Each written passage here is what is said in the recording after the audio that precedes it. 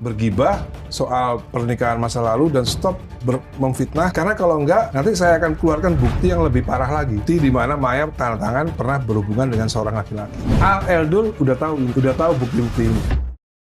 Netizen semakin memanas dan geram atas perilaku Ahmad Dhani. Ahmad Dhani, musisi kontroversial sekaligus anggota DPR RI dari fraksi Gerindra, kembali jadi sorotan.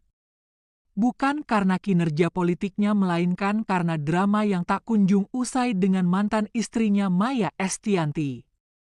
Perseteruan masa lalu kembali mencuat ke publik, membuat netizen geram dan mulai mempertanyakan, apakah Ahmad Dhani benar-benar pantas duduk di kursi DPR? Semua bermula dari pernyataan Ahmad Dhani yang kembali mengungkit masa lalu. Dalam sebuah wawancara yang viral di media sosial, Dhani menyebut bahwa dulu Maya Estianty pernah menjalin hubungan dengan pria lain saat mereka masih menikah. Kalimat ini seketika memicu amarah publik. Ya, dulu Maya itu ya nggak sepenuhnya setia juga. Ada pria lain lah, saya tahu itu, ucap Ahmad Dhani. Kok aib mantan diungkit lagi, sudah jadi wakil rakyat, tapi masih ngomong soal beginian, ucap netizen. Netizen merasa sebagai wakil rakyat Ahmad Dhani tidak seharusnya bicara seenaknya tentang urusan rumah tangga yang sudah lama berlalu, apalagi disampaikan ke publik. Tak tinggal diam, Maya Estianty akhirnya buka suara. Lewat podcast dan media sosial, Maya membantah tuduhan Ahmad Dhani dan malah balik menuduh Dhani sebagai sosok yang dulu berselingkuh. Saya diam selama ini bukan karena saya salah, tapi saya tahu apa yang saya alami dulu. Bukan saya yang selingkuh tapi dia, ucap Maya Estianty. Pernyataan ini langsung bikin dunia maya bergolak. Netizen pun kembali menyerang Ahmad Dhani dan mulai mengorek masa lalunya yang penuh kontroversi. Maya udah elegan, Dhani kok makin nyerang. Sudah anggota DPR malah ngomongin aib mantan istri, ucap netizen. Hanya dalam hitungan jam tagar turunkan Ahmad Dhani pun langsung trending di berbagai platform. Netizen dari berbagai kalangan bersatu suara. Mereka merasa Ahmad Dhani tidak pantas duduk sebagai wakil rakyat. Anggota DPR harusnya jadi teladan, bukan malah nyebar aib mantan. Pak Prabowo, tolong evaluasi kader Anda, ucap netizen. Sebagian bahkan mulai membuat petisi online untuk mendesak Partai Gerindra mencabut dukungan terhadap Ahmad Dhani sebagai anggota DPR. Saya pilih dia karena saya kira dia akan serius kerja. Tapi sekarang malah sibuk drama, ucap netizen. Partai Gerindra belum memberikan pernyataan resmi soal kontroversi ini. Namun seorang pengamat politik menyebut bahwa sikap Ahmad Dhani sangat berisiko merusak citra partai. Politisi harusnya menjaga ucapannya. Apalagi kalau sudah menyangkut ranah pribadi yang tidak ada kaitannya dengan kerja legislatif. Perseteruan Dhani dan Maya sudah berlangsung sejak lebih dari 12 tahun lalu. Keduanya menikah pada 1996 namun berpisah dengan cukup panas pada 2008. Saat itu isu perselingkuhan memang sudah jadi pembicaraan publik. Maya menuding Dhani menjalin hubungan dengan Mulan Jamila, yang kini jadi istri sah Ahmad Dhani. Sejak itu hubungan Dhani dan Maya dingin dan penuh konflik. Namun setelah keduanya sama-sama membangun karir baru, publik berharap keduanya sudah damai. Sayangnya dengan pernyataan-pernyataan baru, luka lama justru kembali terbuka. Sebagai anggota DPR, Ahmad Dhani punya tanggung jawab. Bukan hanya menjalankan fungsi legislasi tapi juga menjadi contoh dalam kehidupan publik. Banyak yang kini mempertanyakan, apakah seseorang yang masih sering menyerang secara personal di media layak mewakili rakyat? Kalau urusannya personal, jangan diumbar. Ingat Anda digaji negara, ucap netizen. Hingga kini Mahkamah Kehormatan Dewan (MKD) belum mengambil tindakan. Tapi desakan dari publik semakin besar. Kita butuh anggota DPR yang beretika, bukan yang hobi membuka aib mantan, ucap aktivisi. Jabatan publik bukan sekadar status.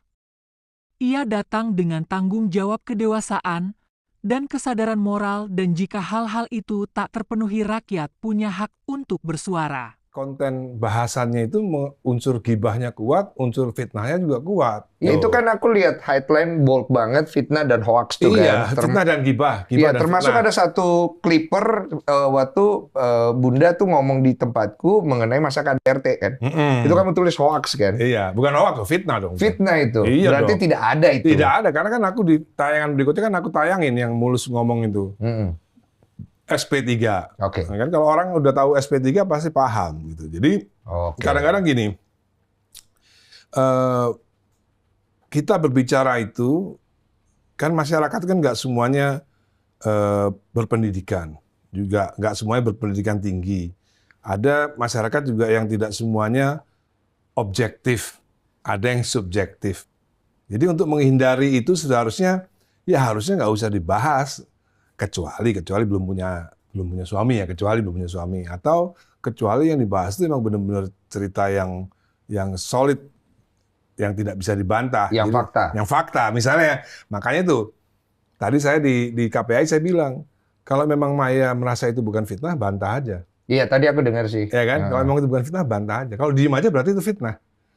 Iya kan? Ya nggak tahu, belum Iya dibantah, soalnya belum dibantah. Iya, belum dibantah. Belum dibantah. Iya, makanya kalau harus dibantah. Nah, kalau memang dibantah itu bukan fitnah, buktikan dong.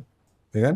Kalau KDRT, soal KDRT itu terbukti fitnah udah, karena udah ada surat dari polisi. SP3. Apa singkatannya, John? Ayo ingat, masih ingat nggak? Ayo. Iya, paham lah SP3 berarti. Enggak, udah Johnny belum ingat Johnny aja, Pak. Jadi Mulus ingat ya, Pak? surat perintah pemberhentian penyidikan. Iya. Artinya tidak ditemukan bukti-bukti. Yes, itu Nah. itu nggak pernah tahu. Jadi waktu itu kan kenapa saya nggak jumpa pers bahwa saya tidak terbukti ada KDRT, karena waktu itu kan anak-anak masih kecil. Al Dul juga masih kecil. Dan itu kan keluar 2008 ya. 2008 berarti Dul masih 8 tahun, L 9 tahun, Al masih 11 tahun. Jadi emang sengaja saya nggak jumpa pers besar-besaran bahwa Maya melakukan fitnah, nggak enak karena anak-anak masih kecil kan.